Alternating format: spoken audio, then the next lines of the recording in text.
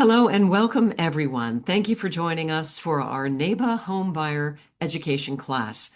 I'm Victoria Ray Henderson. I'm the host of the NAEBA podcast, Listen Up Home Buyers. This is a podcast dedicated to real estate from the buyer's perspective. You can Listen Up Home Buyers on Spotify, on Pandora, wherever you listen to podcasts and your music. This evening's class is going to be taught by Ben Clarke. He's the president of the National Association of Exclusive Buyer Agents, which we call NAEBA.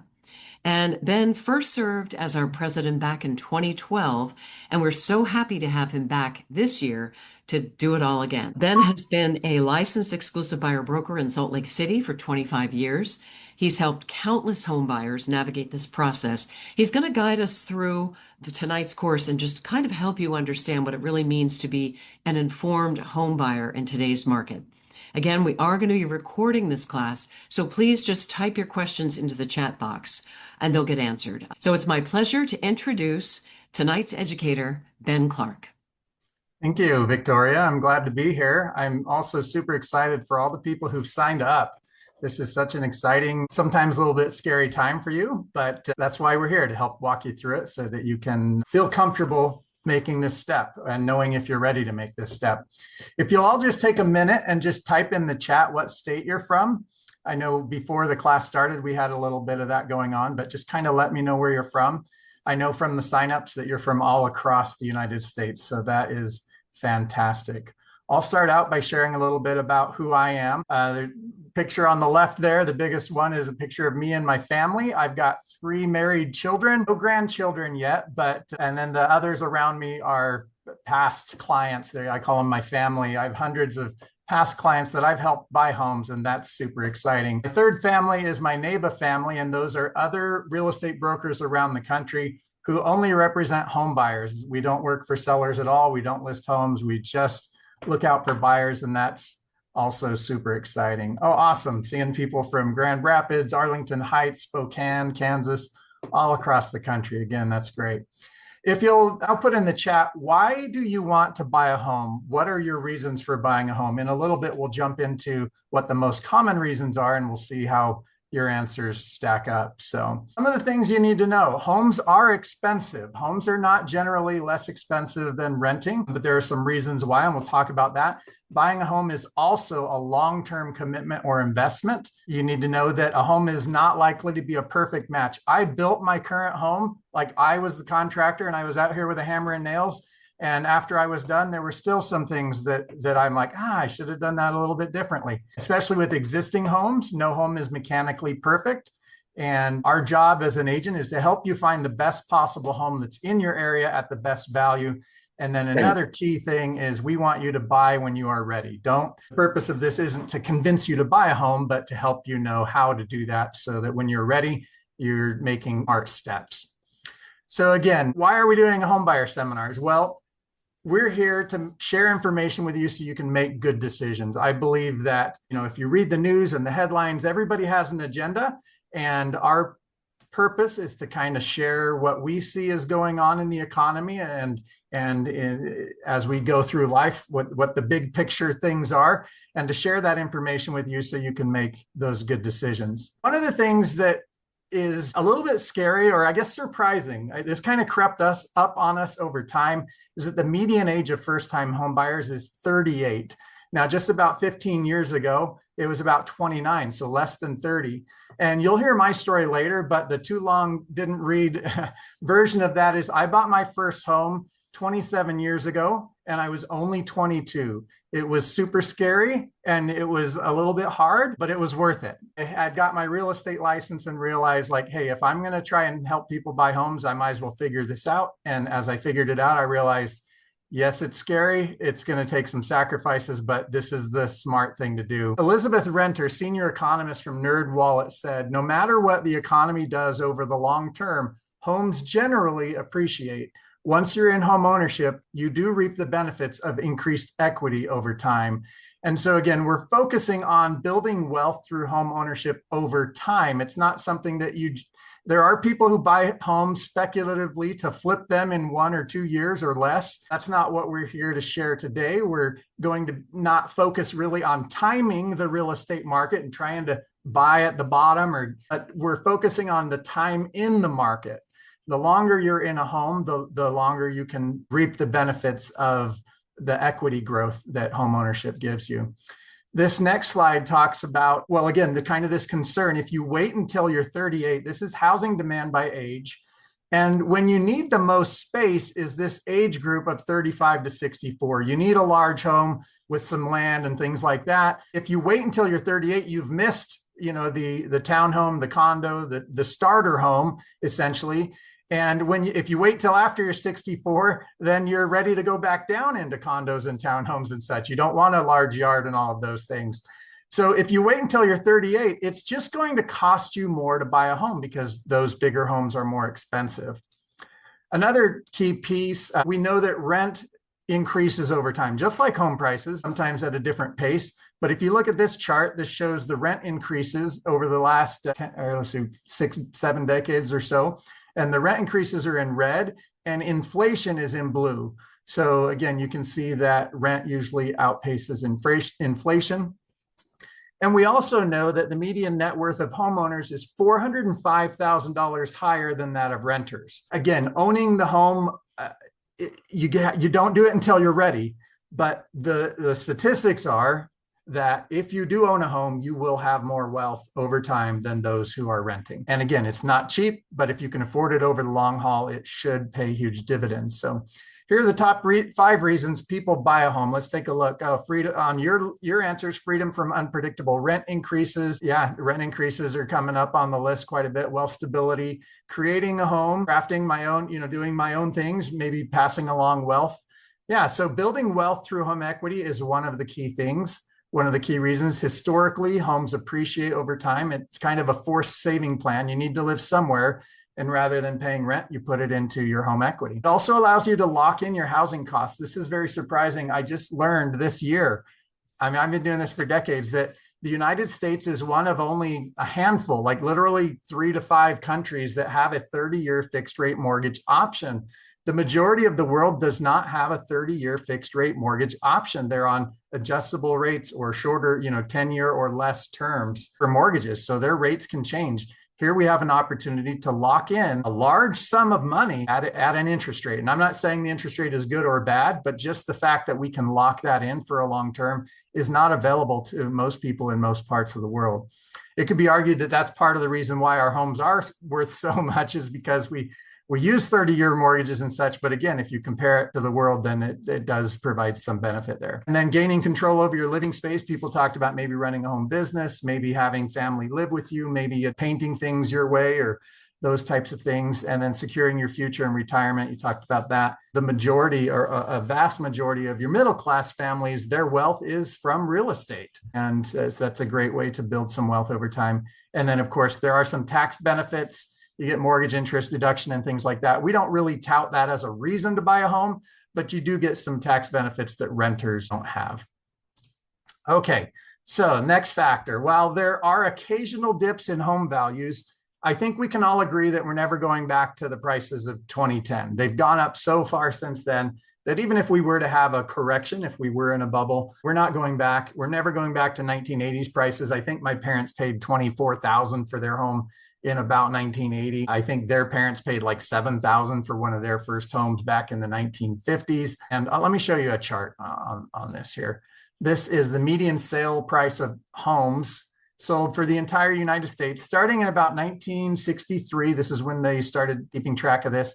And you can see this trend line goes up. Now there is 2008 here. Obviously, there's a dip there. There's a steadying and a dip there. And even right now, we're in kind of a stag where we're just kind of holding steady, a little bit of appreciation, but not very high, or in some areas depreciation. And nationwide, it looks like from our peak, home prices are actually down a little bit. People have been waiting to buy until home prices came down a little bit. But in general, again, if you were to follow that trend line, there's a bubble and then a correction, a bubble and then a correction, and then a first under during COVID, and then it jumped right up here. And so if you were to follow that trend line along, we might be about where things are supposed to be, but hard to say. And I'll show you some other data a little bit later. There are a couple reasons why home prices are holding, even though it's not very affordable. Part of that is that many existing homeowners bought when interest rates were really low and they're just not moving. In fact, some of those that do move keep their home with that low interest rate as an income property for rental income.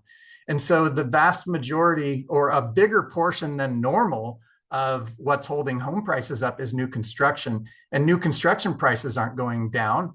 And the reason is land, labor, materials, none of those things are getting any less expensive. There's also the talk of tariffs. Builders also have to get loans. They have to pay interest on those loans. And then, of course, they're dealing with increased regulation, and that generally means higher prices. The cities want larger homes. They want more tax dollars. So they're not allowing builders to build tiny homes and what we would call affordable homes. So how could the cost of a new home go down? Builders aren't going to sell every home at a huge loss. Now, they can lower their profits, but it'd be argued with all of these other factors being as expensive as they are, that there's not quite as much profit. And we are seeing some home prices dip a little bit for new construction. They're cutting where they can because the buyers have been holding back for so long, waiting for those interest rates to get more favorable. And builders are hurting a little bit and need to actually close some of those loans that they're paying interest on. So there's a little bit of a shift going on right now, I'd say over the last 6 months significantly. Historically, in the last 2 decades or so, since the year 2000, 2.5 decades, we had an oversupply of houses. When I bought my first home, and my second home was in 2004, and they started building like gangbusters. So for sale is the blue, and you can see that they built a ton. They also built a ton of for rent properties. And then about 2015 or so, everybody was dealing with the hangover from 2008, and builders were a lot more cautious. They started building less spec homes. They started waiting for contracts before they would build homes. And that's been going on for a long time. Now that's started to change recently, and you can see this undersupply starting to, come back, but we're not there yet. There's a demand for about 2 million new homes per year from adult children moving out, people getting married. There's about 2 million new households being formed every year. And there's only about 1.5 million homes being built per year. So that means nationwide, we're 500,000 homes short every year. And that just kind of compounds. People are staying with their parents longer. They're doubling up in homes. There's multi-generational purchases happening. People buying with people that they are not related to as investments. And that brings us to the second factor of affordability, that one that we're all waiting to take a dive, and that's interest rates. Oh, really quick, let me just jump back here. I didn't talk about this one, but there are 3 main factors that affect home affordability. One of those is prices. We just talked about that a little bit. And the second one is interest rates. And the third one is incomes. So we're going to jump over here and talk about what's going on with mortgage interest rates. Let's see, is this the one? Okay, so where are mortgage interest rates headed? Well, we don't know. Most economists are predicting that it's going to kind of hang out around where it is right now for a while. They expect slight improvement over the next 2 years, maybe around 5.5%, 6% range. But they're all in agreement. We're not going to see 3% or 4% interest rates anytime soon, possibly never again. If you look at historically here, again, from the 1970s, rates were about 7.5. They got all the way up to the 18% in the 1980s. We're all aware of kind of that. And then ever since then, they've had rises and dips. This is typical for it to kind of bounce around. But in general, a downward trend all the way till COVID, when they got about as low as you can get, 2.5% for a long term. Again, you're locking in hundreds of thousands of dollars for a 30-year term. That was basically unheard of. They were telling us, economists in 2017, that they needed to raise interest rates then to curb inflation and other things. But I think the housing market was just so gangbusters that there were a lot of people telling them not to do that. And lenders were just going to continue to lend money at those low rates because there was a lot of economic activity going on. And again, during COVID, especially, one of the reasons they lowered rates so far was to get economic activity happening. But ever since then, this is just last week, the new numbers come out tomorrow, but the average 30-year fixed rate mortgage in the United States, 6.72. Now, there are loan programs for first-time home buyers and other things where you may get lower rates than that. Different parts of the country may have better rates. Your credit score affects your rates, all those types of things. We'll get into that in a minute. But in general, interest rates look like they're going to kind of stabilize in this range, which is what the economists expect. So another factor, and this is something where I've only got a chart for my local market, and that's real median household income. And this only goes back to 1984 when they started tracking this one. On the FRED, this is the US Census Bureau. And if you go to fred.stlouisfed.org, and we'll send you a follow-up email with some links to some of these things, you can put your state in there and kind of see what the median household income does. I know when I worked, when I first got my first job in college, I think minimum wage was $3 and something an hour. Obviously, it's much higher than that now.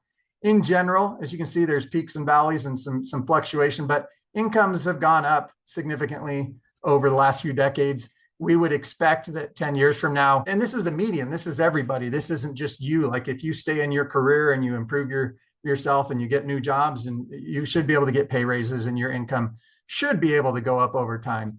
Wage growth is higher than average, and they should continue to rise, but wages are sluggish. They don't react as quick as home prices and interest rates. Economists are telling us it'll take 5 to 10 years for wages to catch up. But as you can see here, they're above the average and they're above zero. So wages are growing. That doesn't necessarily mean that your wages are growing at your job. So that's one of the things that I bring up a little bit later. If you have an opportunity to look for ways to increase your income, keep your eyes open for that. This shows that this big bubble here is the rent growth. I don't know if you guys remember 2021 to 2023, there was a huge rent growth. Some of my clients' rents more than doubled during that time period, which is what made them look into home ownership. But this is the wage growth right now. It's been outpacing for, what does it say, 30 months or something like that, of wage growth being more than housing price growth. And when I say housing price, this chart is rents, but house prices are at about the same. Like I said, in most of the country, they're maybe 2%. They're certainly not increasing at an average of 4%. So wages are outpacing the increased cost of housing at this time. This just shows you again that the wages are lagging behind. The home prices skyrocketed here between 2020 and mid 2022, but they are still kind of rising in some markets. And there's not much we can really do about the interest rates personally or the home prices, but we can, as I said before, look for opportunities to potentially increase your income or reduce your expenses. Maybe you've got a whole bunch of extra monthly subscriptions to things that you could cut back on to help save to prepare for home ownership. So I've had a number of first-time buyer clients in the last couple of years who were not able to buy a home, but became able to do so just because they looked for new employment. Now, I'm not suggesting you put your current job at risk. If you feel like it's safe to have a discussion with your current employer about needing more money because you'd like to buy a home, if you feel safe having that conversation, feel free to do that. But also just keep your eyes open for opportunities. Job growth is doing very well. We're not suffering. There's companies are having a hard time keeping all the employees they need. And locally in our market, we've got a lot of tech sector stuff, and a lot of clients are having to switch jobs to get the higher wages. Their current employer doesn't really want to just give them more money, but if they leave, they have to pay more money to the next person to get them, and the other companies are offering to pay more money to get them. So it kind of just depends. Again, I don't know if your field of work is the same, but keep your eyes open. And if you don't have your eyes open, you won't see opportunities. But if you do, you might see those. So let's see. Oh, another thing is when you meet with a lender, if you determine that your current income isn't enough to buy a home in your market. I mean, you could move to another market. That's easier said than done, right? But you could at least ask the question, okay, well, what type of income would I need to have? How low do I need to get my debts in order to afford a home? So this is something we can also put into an email follow-up, but it just asks you the questions, are you financially ready? What's your current income?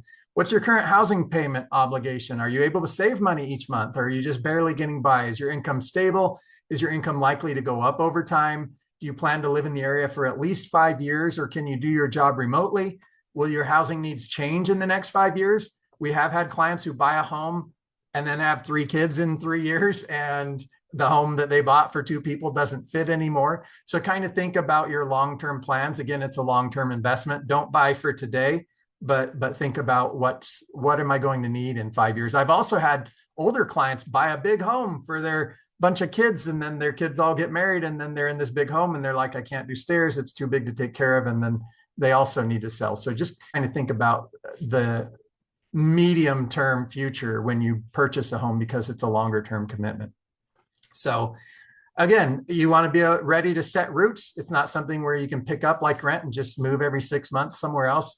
We generally recommend, this is me, not NAEBA necessarily, but 5 to 7 years minimum. So you want to know, hey, I'm going to set roots. I'm going to be here. That allows you to outride any dips in housing costs, as we talked about. They're not often, but they do occur in some markets. It also allows you to build enough equity to cover the costs of buying and selling, which we'll talk about a little bit later.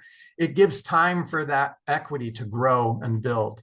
So if you feel ready for home ownership, or when you feel you're ready, there's 6 easy steps. I say easy steps, but there's 6 steps on the path to home ownership. And each one has a handful of steps of its own, which is why it's important to have a professional on your side guiding you through them. And all of the steps are important, but we're focused the most on these first 2 because they're really important. They affect how the rest of the process goes. And the first one is this one: finding an agent with your best interest at heart. The majority of real estate agents are trained to sell properties, to get deals done. They're focused on sales. An exclusive buyer agent, and that's our association, is an association of exclusive buyer agents. They're a different breed, we say. And I like to say, keep it simple. Whenever possible, you want to work with an exclusive buyer's agent. An exclusive buyer's agent is on your side, doesn't list homes, doesn't have any homes that they're obligated to sell. They also won't be working for the seller in the same transaction. There are brokerages that try to do that. You want, again, to find an agent with your best interest in mind. That is not the listing agent. The listing agent works for the seller. So I kind of had a chuckle, and it was a little frustrating. I saw the homes.com Super Bowl ad, not bad mouthing them. They are the only place where you can connect directly with the listing agent, but you don't want to connect directly with the listing agent. You want somebody on your side who can look out for you and not share private information, et cetera, with the other party. Okay, so finding a great real estate agent. If there's no EBA in your area, the National Association of Exclusive Buyer Agents can help you find a good buyer's agent in your area. We recommend you interview at least 3 buyer's agents. Don't rush this process. The majority of buyers and sellers, this is one of the biggest purchases or sales that they'll make in their lifetime. And most of them interview 1 agent. So we recommend interviewing 2 or 3 if possible. And what you're looking for in a buyer's agent, ideally, again, an exclusive buyer agent. You're looking for a brokerage that doesn't list homes or represent sellers, so they can always be on your side. They'll always have your best interest at heart. They don't have incentives or obligations to promote or sell any specific homes. They'll negotiate on your behalf, and they can guide you through the process, helping you avoid mistakes. As I said before, they're not available in all areas. We're a smaller group of real estate agents focused on buyer representation only. We're giving up that listing side of the business. And so we're a smaller group. If they're not available in your area, if they are, then of course, the National Association of Exclusive Buyer Agents can connect you with one. If they're not, or even if they are, you want to be looking for someone with a lot of experience representing buyers in your area. Ideally, that's someone specialized in helping buyers and not taking listings, so that you don't run into that conflict of interest if they also represent the seller if you want to buy that particular home. So one other thing you just need to know about real estate agents, on August 17th of last year, there were changes made to how real estate agents are compensated.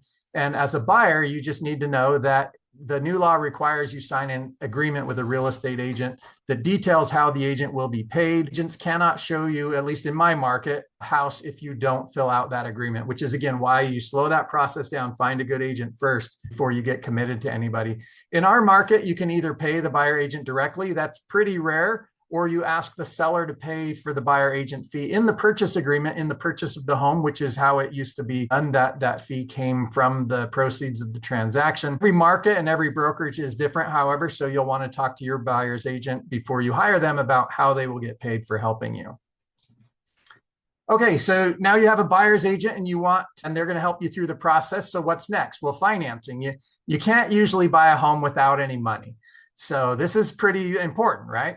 So how much should you spend on a home? Well, you need somebody, again, with your best interest in mind to help you figure that out. And that would be a credible mortgage lender. I wrote credible. That's not a brand name or anything like that. Just, you need someone you can trust. You want them to be thorough with analyzing your finances. You don't want surprises mid-transaction that you no longer qualify and you've spent money on appraisals and things like that. You can find a credible mortgage lender through a trusted buyer's agent, through family and friends who have worked with somebody, things like that. But pre-approval is imperative. I say that not just for you making an offer on a home, which is very important. but so that they can evaluate all your income, your debts. They'll pull your credit. They'll look, and I want you to look at the total payment numbers, not just the principal and interest payment. Some lenders will just say, oh, it's only $2,000 a month, which is a lot sometimes. But there may be HOA dues, there may be utilities and those types of things. And we'll look at those in a minute. Ask any questions. You don't want to go into this blind. A good lender and a good buyer's agent will listen to your questions and answer your questions. They won't be annoyed. If you run into a lender or an agent that's annoyed that you're asking them questions about financing this purchase, you should walk away.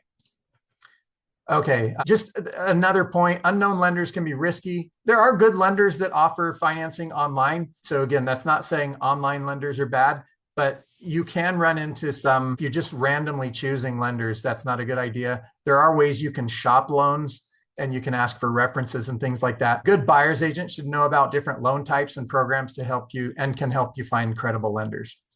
All right, back to pre-approval. Well, we recommend all our clients get pre-approved. It shows you're serious when you make an offer. It lets you know as the buyer upfront if there are any errors or unresolved issues or considerations that could pop up on your credit reports or other issues that could cause problems with your home purchase. And another thing you need to know, the pre-approval usually lasts about 90 days, about 3 months. It's not a big deal if your pre-approval expires. You just get the lender updated pay stubs and they just push you out another one, usually within 24 hours. It's not that big of a deal. And you don't need to work with the lender that gets you pre-approved. You can work with any other lender. You're not obligated just because a lender does a pre-approval for you. Okay, what credit score do you need? This is a question that we get a lot from first-time buyers. Well, the key thing is the better your score, the better your interest rate. Not that let's just say you can have a score as low as 500, between 500 and 579 and get an FHA loan. You may qualify for a loan with that, but you'll need 10% down. If you're in that situation where your credit score is between 500 and 580, I would recommend talking with a lender who can help you with credit repair. You can save a lot of money on interest over time and upfront costs related to getting a mortgage if you can get your credit score up, I would say over 600. And ideally, obviously, again, the better your score, the better the interest rate. Okay, did I ask the question, what percent of money do you need of the purchase price for a down payment? If I didn't ask that, I don't think I did. Will you guys type in the chat what you think the minimum dollars percentage-wise you need to buy a home? Because we hear a lot of numbers online on radio shows and things like that. Okay, I'm seeing 20, 20, 10. Okay, let's take a look at 20. It seems a very popular answer. 20 is a number that we hear a lot. Let me show you this graph. So 70% of Americans, 10 to 20, think they need to put at least 10% down to buy a home. And you don't need to. It's maybe a smart idea, but you don't necessarily need to. And here's why it might be a smart idea. The more you put down, so do I need 20% down? No, but PMI, that's probably the biggest thing here. That's private mortgage insurance.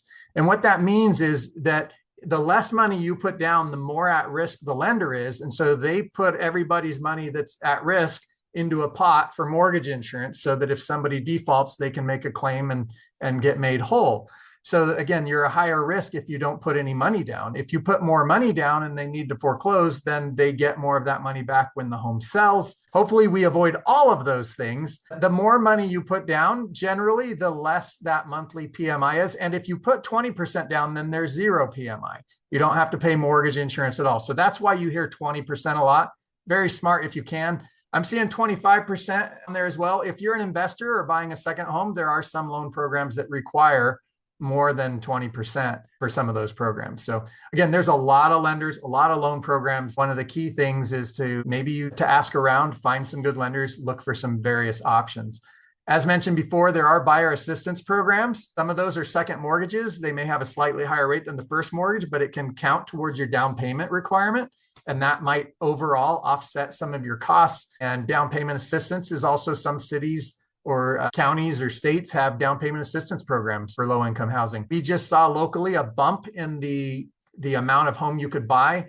The amount you could, the problem was if you qualified for down payment assistance in our area, you couldn't afford the price of the home. So they've finally lowered that you can make a little bit more money and still afford it because you couldn't afford the home price here. So those things change as well. So it's good to have an agent that can check in, kind of see, or a lender who can look at the different programs available. Also, you want to make sure that you're aware of extra costs during your transaction. You'll have the loan closing costs, title fees, recording fees, and appraisal. Those numbers vary around the country. There's a lot of different things, different ways that home transactions happen. Some states, the seller pays part of the title insurance. Other states, the buyer pays it all. Some places, the seller may pay it all. Varying issues around the country. You'll also want to pay for a home inspection. We'll talk about that in a minute. That does cost you out of pocket directly to the home inspector, which is why it's listed as an extra cost. And then just be aware, after you purchase a home, you may be renting and utilities may be included. You don't feel like you're paying taxes or insurance. You probably are, because again, remember, if you're renting a home, somebody bought that home and they're paying these things, and they're generally charging you more than their costs for all of those things. But yeah, you don't see those. You don't have to pay those out of pocket. So those are things you want to make sure you're taking into account when you make a home purchase. You'll also have yard equipment, if you have a home with land, or HOA fees if you're in a place where they take care of snow removal, and maybe there's a clubhouse and a pool and those types of things. You might need tools, for maintenance, and you might need to hire people for maintenance and repairs. And then in addition, there's generally 6 to 8% in costs when you sell. Again, those title fees and closing fees and real estate agent fees and those types of things. Let's see. I'm just checking the chat here really quick to see if there were any additional questions. And then our tip is, you don't want to go in and spend your last dollar out of your checking account at closing. You want to have some reserves so that you can take some time to get used to it. An interesting thing is, once you do close, you typically have at least 30 days before your first mortgage payment, sometimes 45 days even, but you want to have some extra reserves. You don't want to be that tight.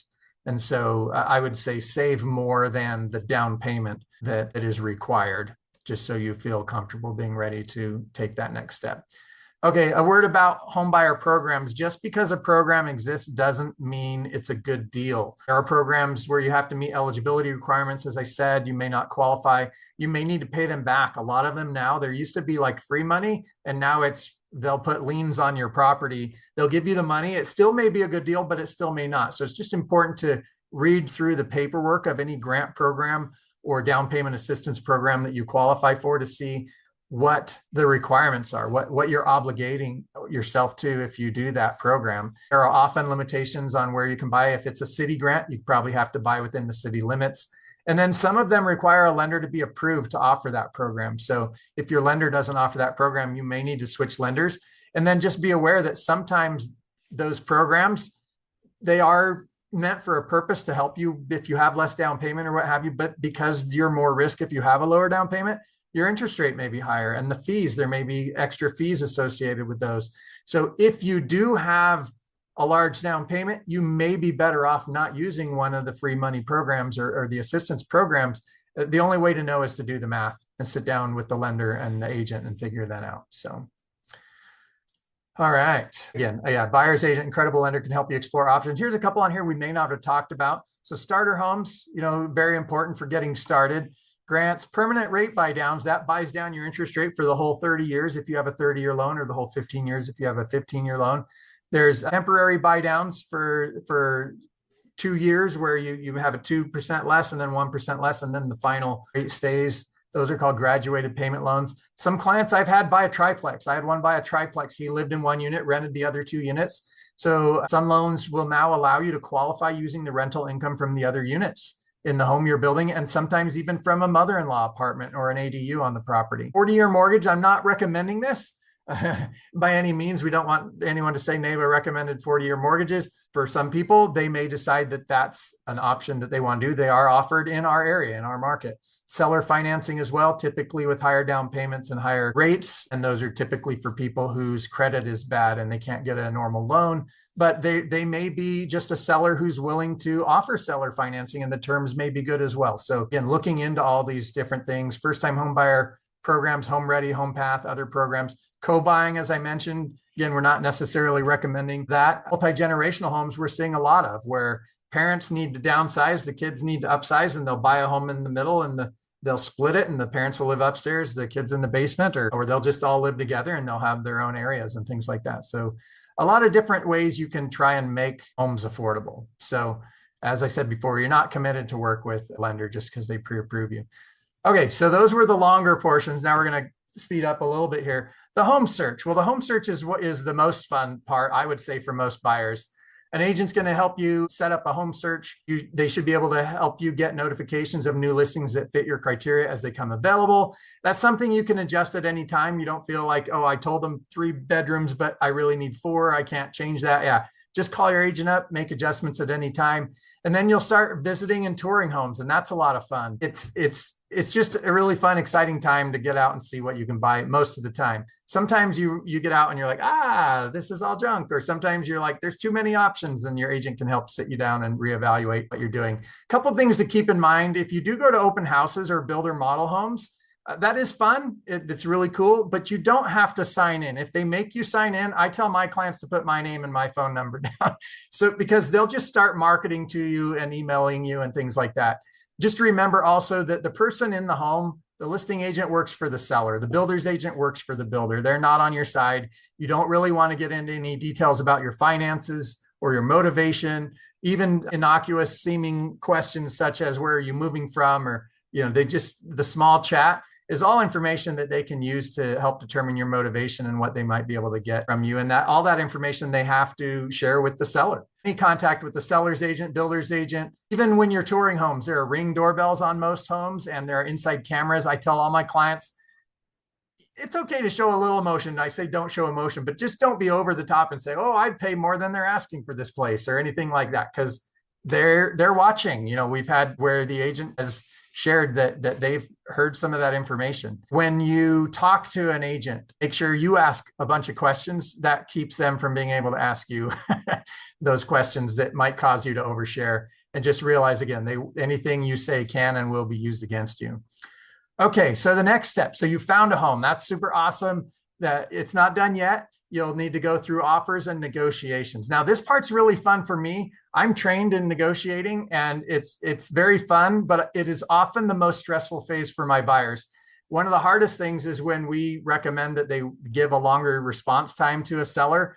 For them to just sit there and not have any sort of response from the seller is very nerve-wracking, especially if negotiations have been tense. But it's where the home buying process gets real. Your agent's going to prepare a market analysis. You'll look at other recently sold homes in the area of about the same size, and you'll kind of determine what the value range of the home is. You'll strategize. In my case, a good agent will talk to the other agent and try and gather as much information as we can about the seller's motivation, where they're going, what their financial situation is, what's their timeline. And the reason is because then we can strategize and put together an offer that can be competitive. There may be multiple offers in some markets today. In a lot of the markets, there's kind of there are 2 markets going on. There are listings that come on the market and still sell within a week. And then there are listings that come on the market and just don't sell at all. And so you have, sometimes you may be in a market where there's a lot of homes lasting a long time, but a new home may come on the market and all the buyers will jump on that. And that's because buyers can be picky right now. You can be picky right now. Back during COVID, a home would hit the market. I'd have to be out there with my client within an hour or two. And there were agents lined up with clients to spend their 5 minutes in the home. And then you had to write an offer within, before the end of the day, and they had 39 offers and somebody was going to overpay. So it was very competitive. It's generally, well, I would say across the board, probably not that competitive as it was at that time. You still may run into situations where the home might be underpriced, or it might just be a very nice home and they're not, trying to get top dollar. So you might still be able to get a good deal. But if you have an experienced agent on your side, they'll help you with all of that stuff. And we could say more than that, but like I said, each market's a little bit different. So you'll need to talk to a local buyer's agent to know kind of what's going on. One other thing just to be aware of, contracts are usually backed by earnest money. Earnest money is kind of a part of your down payment. It's just money that you put down that says that you're serious about, makes your offer look serious. If you put, it's money that goes to the seller if you default, if you don't go through with the transaction. Now, that doesn't mean if you find something wrong with the house or if it appraises for less than the purchase price, there are contingencies that your agent should put in the offer or can put in the offer to protect you. Gives you a time period to do due diligence and to have an appraisal done, and then you would get your earnest money back if your contract states that. Again, I can't get into too many specifics because contracts across the United States are slightly different. But just be aware, an agent on your side should be putting in contingencies to protect your best interest. Whereas an agent that works for a seller may put really short deadlines and make it very difficult for you to get out and be protected if you do find something amiss with the property.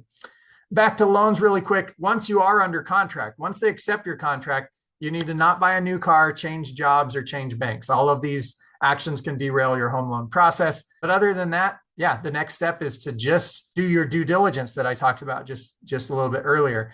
So due diligence is home inspections, evaluations. You can look at utility bills, whatever you want to regarding the property. And you do have the ability to back out without losing your deposit if your agent has put that contingency in your contract.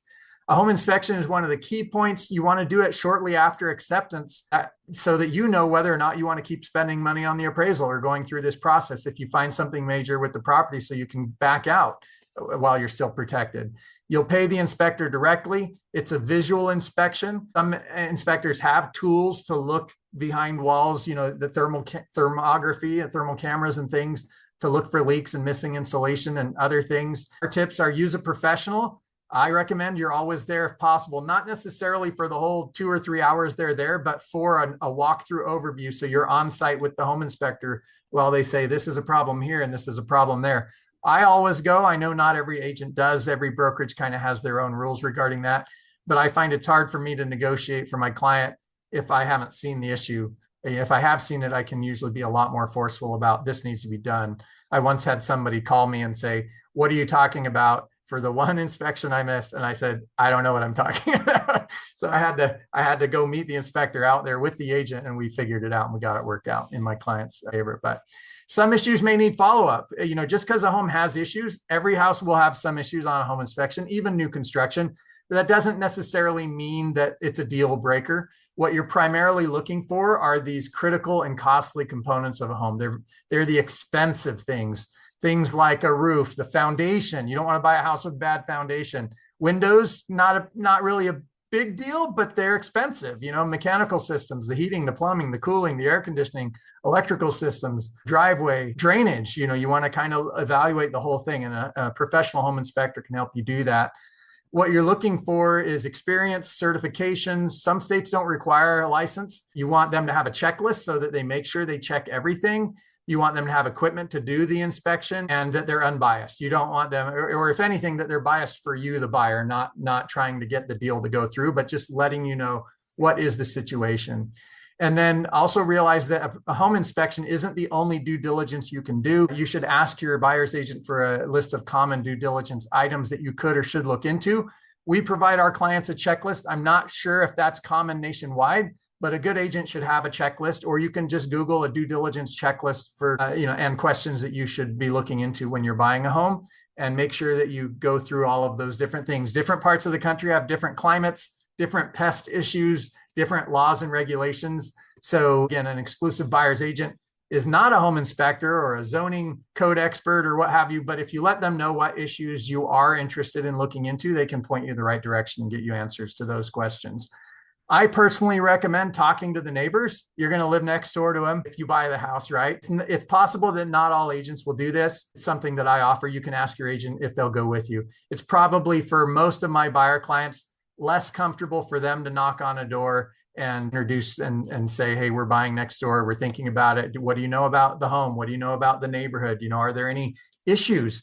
I have found people are very open, at least in our market, maybe not everywhere, but they'll tell you about the goofy neighbor who plays music till 2 a.m, or they'll tell you that they've seen a plumbing truck, coming and doing cleaning the sewage line multiple times, every month or every 2 weeks they're over there. And that saved my clients thousands of dollars that the home inspector could not have known, even doing the inspection, that they just had those things cleaned out. So very important, I would say. And again, if you do buy it, you're committed long-term to be this person's neighbor. So I think it's a good idea to go introduce yourself during the due diligence period, so you can cancel out if you feel uncomfortable living somewhere. All right. Once you've done your due diligence and you've signed off, or you've agreed on the repairs that they'll do or the credit that they'll give you so you can get repairs done, then you just need to finish obtaining your loan. And all that really is to provide everything the lender asks you for as soon as possible. That's tax returns, pay stubs, bank statements. They may need a letter of explanation. The best lenders will ask you for all of this stuff up front. They'll hound you. You'll be like, man, this person's annoying. But the truth is that's a sign of a good lender. You want them to run into any issues they might have during that first week that you're working with them. You don't want to get under contract, pay for home inspections, pay for appraisal, and then find out that they didn't put down that you were self-employed or something like that. That may be a major issue and a deal breaker. So again, work with your lender to get everything to them that they ask for. And then the last step is just you do your final walkthrough, make sure repairs are done, make sure that, if they moved out, they didn't do any damages and things like that. Your lender, your exclusive buyer's agent, your closing attorney, if you have one, some states use those regularly, hopefully help facilitate a smooth transaction. And you can get your keys and move in and unpack boxes and have your housewarming parties and all of that good stuff. So I want to share just a couple more quick points, and then I'll tell my story and then I'll end about buying a home. So number one is to use common sense. Headlines are sensational by design. There's things like this. I'm just going to walk you through one of them. Buyers making the median income can't afford the median priced home. That's been a headline for the last 6 months or so. And common sense, a wise man, or as my kids say, a wise guy once said, if you can't afford the median priced home, buy a home that is less than the median priced home. By definition, around 1/2 of the homes for sale cost less than the median priced home. I mean, use common sense. So again, if you look at some of these headlines, there's quite a few of them. You can have your agent sit down with headlines and go through them with you. I have some clients who do that. They call me up and they say, what does this really mean? And we walk through it. Number two, adjust your expectations. So we went through a time period where interest rates were really low and people could buy a starter home that was much larger, that was nicer, that was in a nicer part of town. Those days are gone for now, at least, and probably for a long time. A starter home is a smart way to start. It's not usually 3,000 square feet with a 3-car garage, 6 bedrooms, 6 baths or 3 bathrooms on a large lot in the most desirable or expensive area, but they do get you in the door and start building that wealth. I'm in the home that I'm in now because I bought a starter home. Well, I'll tell that story in a few minutes. And part of the reason that I'm excited that you guys are here is because you're changing your thinking from I can't buy a home, which is where a lot of people start, to can I buy a home? And that's where you're here. And I want you to leave here thinking, how can I buy a home? And asking that question, finding professionals who can help you get on the right path to being able to do that. And then the last thing here, just what types of homes. You don't have to buy a single family home. You can buy condos and townhomes. Pros and cons to that. So a good agent should sit you down. Again, there are HOA fees. There are other issues. Again, pros and cons. It just depends on your situation. So my story, what's my story? Well, in 1998, I got married in 1997. In 1998, I bought my first home. Interest rate, the 30-year fixed rate was 7.25%. Well, gee, that's a little bit higher than it is today. And I say things were not that much different. Obviously, things have changed over time, but interest rates were 7.25%. My median income, my income, I just married, was 19% less than the median income. And then, and this is kind of what got in my mind back then, like, hey, if you can't afford the median priced home, buy one that's less. So we bought a home about 30% below the median priced home. It was a starter home. It had no garage, no sprinkler system, no air conditioning. It had the swamp cooler on the top, but it didn't really work. And neighbors who had bought just 3 or 4 years earlier paid 20 to 30% less for their homes. It's not that much different. It was hard. It was scary. I had a lot of friends who didn't buy, and their homes cost them more, and it was harder to get in for them by waiting. Things are changing in most markets. Incomes are increasing, as we took a look at. Price appreciation has slowed, and in some cases even dipped a little bit. So that's great for buyers. Interest rates have stopped climbing. I won't say they're going down. They're, like I said, kind of hanging out there. Inventory is on the rise, though. You don't have to be as rushed about the process of doing it. And sellers are more negotiable today than they were 2020 to 2024. You basically had to buy a home regardless of the issues or walk away. That was it. They would not pay a dime for anything because they had other buyers that would just buy it. It's a little bit different. The shift has happened to where buyers have a little more leverage, a little more ability to ask for. Every one of my buyers has asked for repairs and got it in the last 6-8 months, and quite a bit of ability to negotiate on price and things like that. So that's great. There are some benefits to buying soon. Again, don't buy before you're ready. But if you're ready, if you've saved up and you're comfortable, inventory is on the rise, you have more power, you can take your time. Prices are unlikely to go down significantly. Now, some markets are different than others. So again, make sure you talk to someone you trust in your area. This is something you've heard agents say, and the news loves this phrase, buy the home, or let's see, marry the home and date the rate. Well, I say you marry and date both of those things. So, but there is a benefit if you're going to buy a home for the long term and you're in it for the long term. If interest rates do go down and you've maintained your credit and such, you should have an opportunity to refinance that home and get a lower interest rate. But if interest rates go up from here and they go to 7.5%, 8%, then you'll be better off having bought now than if you wait. If you also wait until they come down before you jump on it, I believe, and Barbara Corcoran and a lot of economists, there's a lot of buyers just waiting for that rate to get into the fives again. If you wait till they get into the fives, competition will explode because there is this big backlog of people who are doubling up in houses and things like that. And that will put huge upward pressure on prices in most markets, if not all markets. So kind of 5 big picture takeaways. Housing isn't getting significantly cheaper. Starter homes get you in the game. Buy before rates go down. Win if they do, win if they don't. Get an agent on your side, hire an exclusive buyer agent, and buy when it makes sense. So that is the path to home ownership. Congratulations, you are now smarter than 95% of your peers. And thank you for your time. Thank you for letting me share this with you. We'll check the chat and see if there's any Q&As. And I think we're going to open it up to Victoria as well to answer some questions. So where are we at, Victoria? Yeah, so actually we have a couple questions, but I wanted to bring in Mike Crowley if he would join us. He's a longtime NAEBA member to answer some of the questions. Mike, can you jump on? Remember, the offer process changed now that buyers are responsible for their own agent fee. You want to start off on that? Yeah, that depends on the areas. I know there are some states where sellers have grasped onto this and says, "Oh, this is wonderful. We are not going to pay any form of the buyer's fees. Why would we do that?" Fortunately, I live in a market where 90+% of our sellers are still willing to pay a portion of the buyer's fee just to make sure that that buyer is coming to the table and they may not otherwise be able to afford to. Because the fees were never offered just for no reason. It was just a long time ago they realized that buyers already have an uphill battle to put enough money together for a home. And the cooperating brokerage fee is just enough to make sure that they don't have to come up with that additional $8, $10, $12, $15,000, which is a big difference. So Yeah.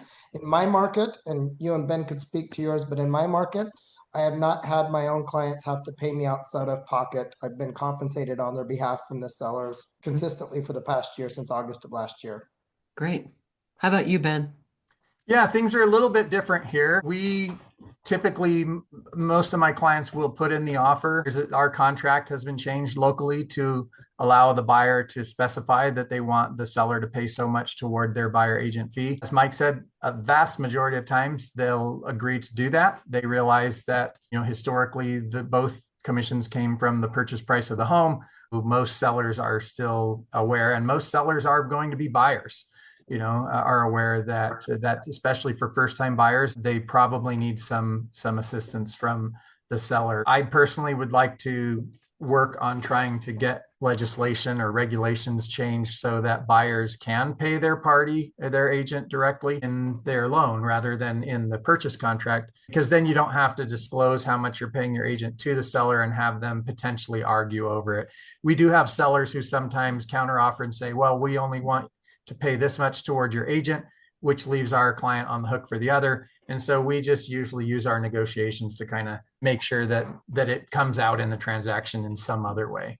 So we've been fairly fortunate at also not running into any hard-nosed sellers who would just not do that. Now the market is more of a buyer's market. I don't know how it would be if it was, a heavy seller's market. I know even in a heavy seller's market here during COVID, when you had 39 offers on a home, one of the tactics of some of the buyers was to say, we'll pay our own agent. So, but right now the buyers have some leverage. So again, probably a good time if you're going to buy a home to ask sellers to contribute. And again, market dependent. You want to talk to your local agent to kind of see what's going on, so you don't make offers that don't work. I will just add one thing. Before you sign any agreement with any agent, you just remember that you're the one who decides the length of that agreement. There's going to be a start date and an end date. You need to be comfortable with that. You need to be comfortable with those terms. Make sure you check to see, is there any admin fee? Is there any additional fee that's being charged? So make sure you look at that before you sign any kind of buyer broker agreement. And Mike, like you, I've had good luck. So far nobody has paid me out of pocket for my services. Yeah, I saw in the chat some questions about HOA.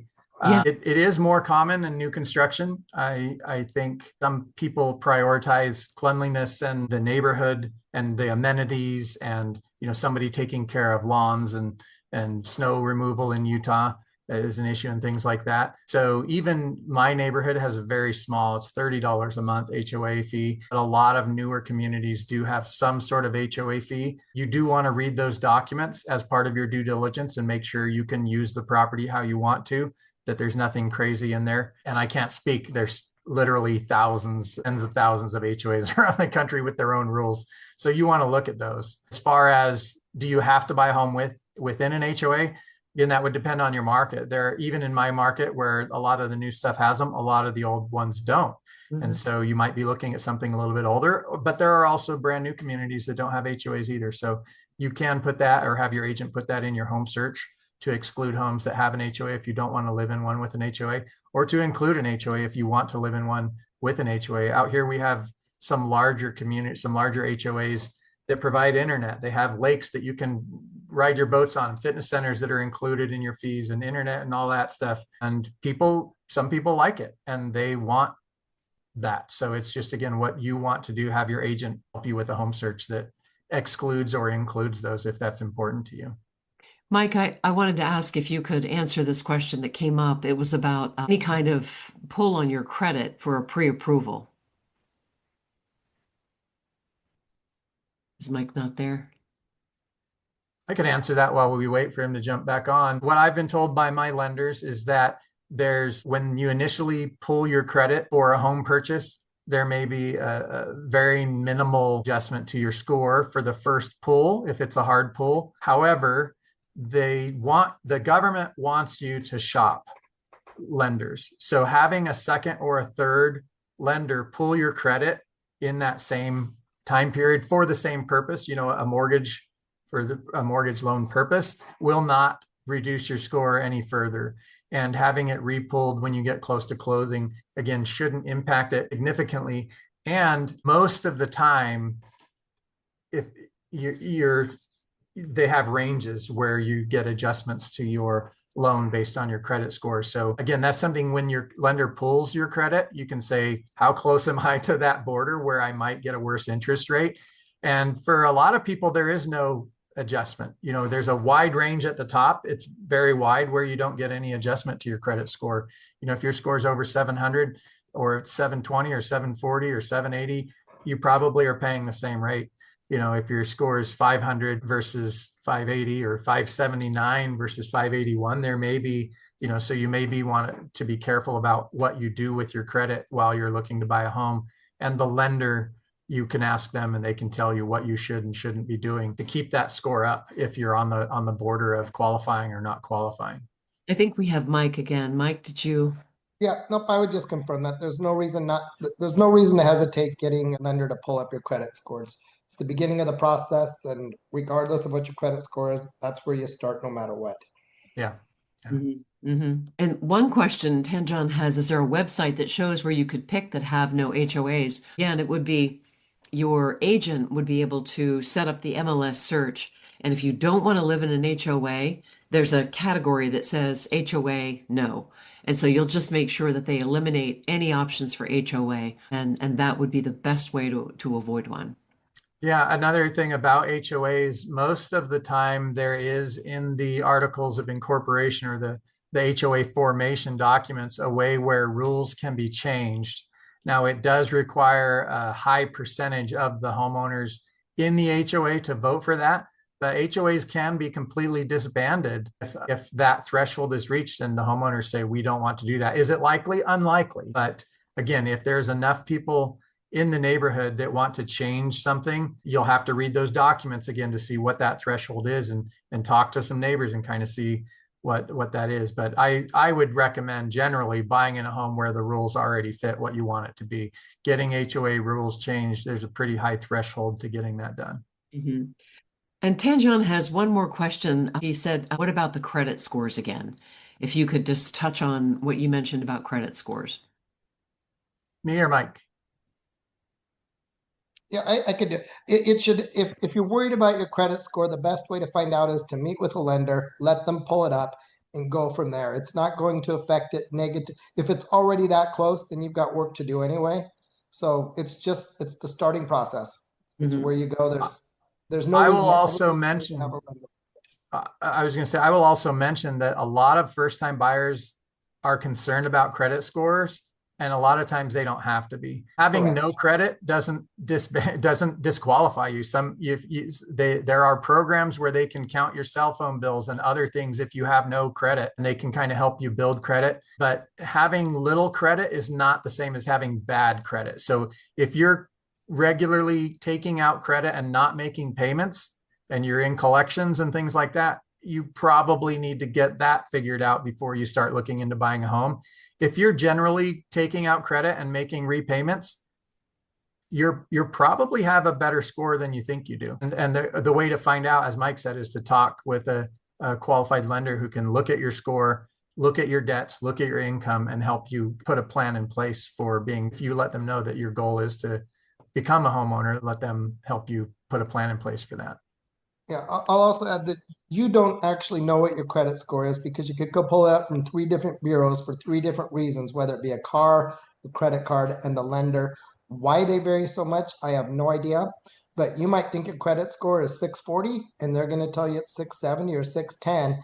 They use a compilation of 3 credit scores and they might weigh one higher than the other, but most people don't know their actual credit score because it varies day to day by who's pulling it and what you're pulling it for. Mhm. Yeah. And Angelique mentioned you can pull your credit every year for free under freecreditreport.gov, which is accurate. And I do that myself. And I think most people do that. As you mentioned, if you get a credit score on when you log into your credit card or your banking, that's a range. It's not necessarily what the lender will use for a mortgage loan, as Mike said. So the only way to know where you're at regarding a mortgage loan is to talk to a mortgage lender and have them do the pull under getting a new mortgage, and that will tell you where you're at with regard to home ownership. Any other questions from everyone? Anything else that you can think of? Got one more. Do student loans have a major impact on buying a home? Good question. You want to take that one, Ben? It depends. Yep. So the answer is it depends. I mean, it really does. So sometimes you can defer them. Sometimes how long they've been deferred is an issue. Sometimes there are programs for people with student loans. There are special loan programs for doctors and attorneys who are going to have major student loans, people that are going into high paying industries, but are going to start out in the hole. So again, talking to credible lenders, talking to an exclusive buyer agent who can find lenders who might specialize in what you need would be a good first step.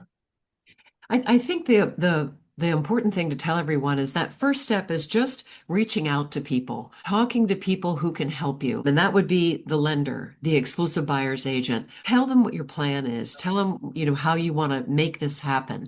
And when you have professionals helping you in that way, you're going to have success. Even if whatever they tell you isn't going to make it happen right then, it could happen a year later. Just recently, one of my preferred lenders here told me that somebody that I was working with, they said, they're going to hold off on buying.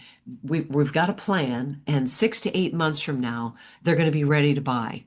And I said, great. And that's what I wish for everyone, that you've got somebody who's going to be with you, making sure that you make the smart decisions. Yeah. You remember what I said about looking for opportunities to increase your income if that's one of the required things. If you're not looking, you won't find it. And if you're not asking questions today about how do I get ready to buy a home, you won't get the answers.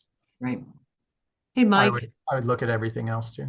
Mike, would you answer Yeah. Z's question? He says, what questions should I ask a realtor if there are no exclusive buyer agents in my area? Yeah, I was hoping Ben would answer that one. That's a tough question. That's not unusual. There are great realtors in every market, regardless of the being exclusive buyers agents. Yeah. Reach out to friends or family.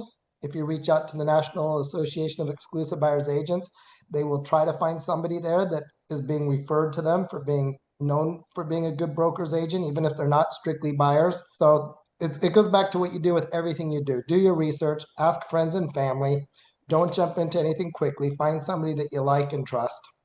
And that's how I tell people to find their realtor. Take your time, as Mike said, interview. Can you see this? Interviewing Yep. several agents, find an agent that fits. So personality wise is even important. You're going to work with them for a little while. You want to consider their experience. How long have you been doing this? Education, what type of designations or special skills do you have? Do you have negotiation skills? Have you earned any designations or certifications on buyer representation and such? Any specialties? Maybe they specialize in new construction or condos or high rises or something like that. And then ask, will they ask you to agree to dual agency? This is probably one of the key ones. If they say yes to that, we would recommend looking for somebody else. If they're going to try and represent you and the seller in the same transaction, we don't believe that's a good fit. We believe that you're better served by having an agent that's 100% on your side throughout your transaction. I would ask them, how can you save me money? Whether it's through loan shopping or negotiations or, just they should have good answers for that. And then I would ask for references. Definitely ask for references. A good agent should have references. So those are, hopefully that helps answer your Yeah. questions. Also, how quickly will you respond to my texts, my Yeah. emails, my phone calls? I've heard people, in my opinion, they have horror stories of, I didn't hear back for 2 days. I think, how could that be, right? Yeah. If you have a question, somebody should be responding to you very quickly. And if they're not, then maybe you'll find somebody who will be much quicker to respond. Yeah, excellent. See something from Galaxy Note 9 about Charlotte, North Carolina being a major difference buying in the city versus in the country. It's similar here. I wouldn't necessarily say major, but there is a significant price difference if you buy rural in Salt Lake area versus buying in the city. I had a cousin who was in charge of some transportation down in LA in California, and similar things happen here, which is that as the city becomes very expensive, people start to migrate to the rural because the cost of the homes is generally less expensive for a while. But then when that becomes the demand, everyone starts going there. I'm not going to say the prices get higher than the city because I don't think that's true, but people start saying, well, I'm commuting an hour each way, maybe. How much is it worth? Why don't I just pay a little more to now live in the city? And it's not the same people, but there is definitely kind of an ebb and flow into and out of urban areas generally. But that's your choice. Again, I would think long-term, 5 to 7 years, if you were to move to the country and you know what the commute is going to be like, and you feel like 5 to 7 years from now, that would still be a great place to live, I would recommend it. If you're somebody who doesn't want to spend 2 hours commuting and you want to live in a condo downtown and not have a yard and, just be where the action is, consider paying a little more for that. I mean, that's one of the great things about home ownership, and is it causes you, especially because of the commitment, to consider what's important to me. What's my lifestyle going to be like? The type of home you buy will affect your life for a long time. So good questions. Thanks for hanging on. And like I said, share NAEBA.org. On NAEBA.org, you can sign up for our podcast that Victoria is the host of. It's called Listen Up Home Buyers. We also have a NAEBA newsletter. We'll put this all in the email so you can join too if you want to sign up for the podcast or the newsletter. And that way you can kind of keep in touch with us and keep asking questions. So, Yep. Well, thank you all very much. And with that, I guess we'll say good night. Thank you, everybody. Good night.